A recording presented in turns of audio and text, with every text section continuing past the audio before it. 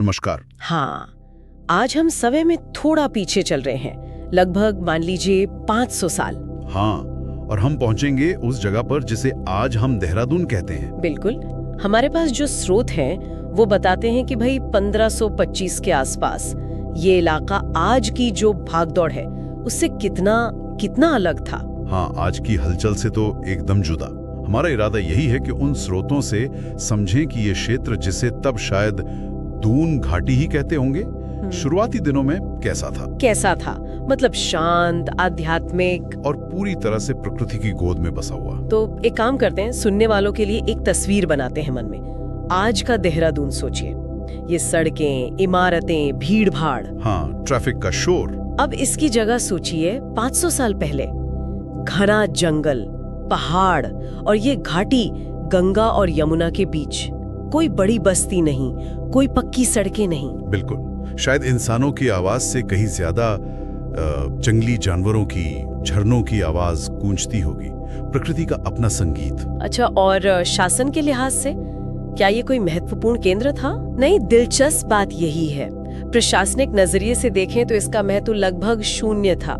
ये हिस्सा तो था गढ़वाल राज्य का। हाँ, राजधानी श्रीनगर गढ़वाल थी। बिल्कुल, लेकिन लगता है राजा इसे कोई प्रशासनिक केंद्र नहीं मानते थे, बल्कि एक पवित्र, एक आध्यात्मिक उपघाटी की तरह देखते थे। मतलब शासन से दूर, एक तरह से प्रकृति और अध्यात्म के लिए सुरक्षित रखा गया इलाका। हाँ, ऐसा ही लगता है, मानो इसे रोजमर्रा की राजनीति और शासन से अलग एक धरोहर की तरह सहेजा गया हो। तो फिर यहाँ कौन रहता था?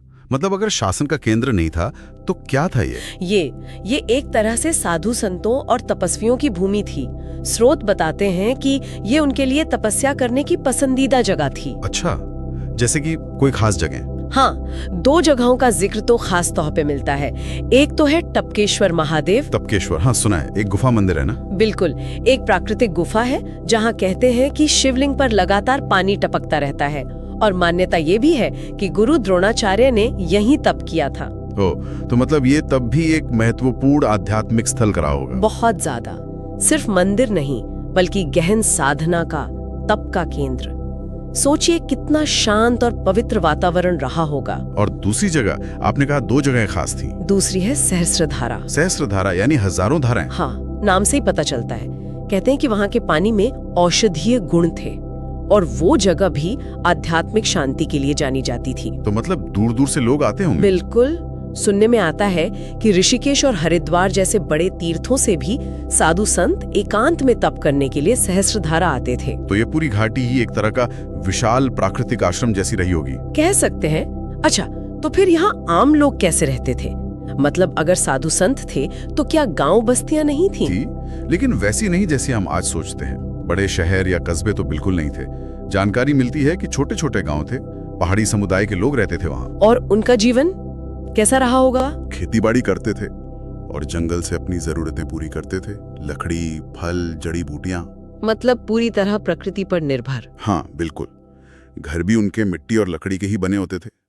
आज की जो सुख सुविधाएं हैं उनसे तो बहुत दूर, लेकिन शायद प्रकृति के ज्यादा करीब, एक अलग तरह का जीवन। ये जो अलग थलग होने की बात है, ये सिर्फ जीवन शैली में नहीं थी, भौगोलिक रूप से भी ये घाटी कटी भी थी ना।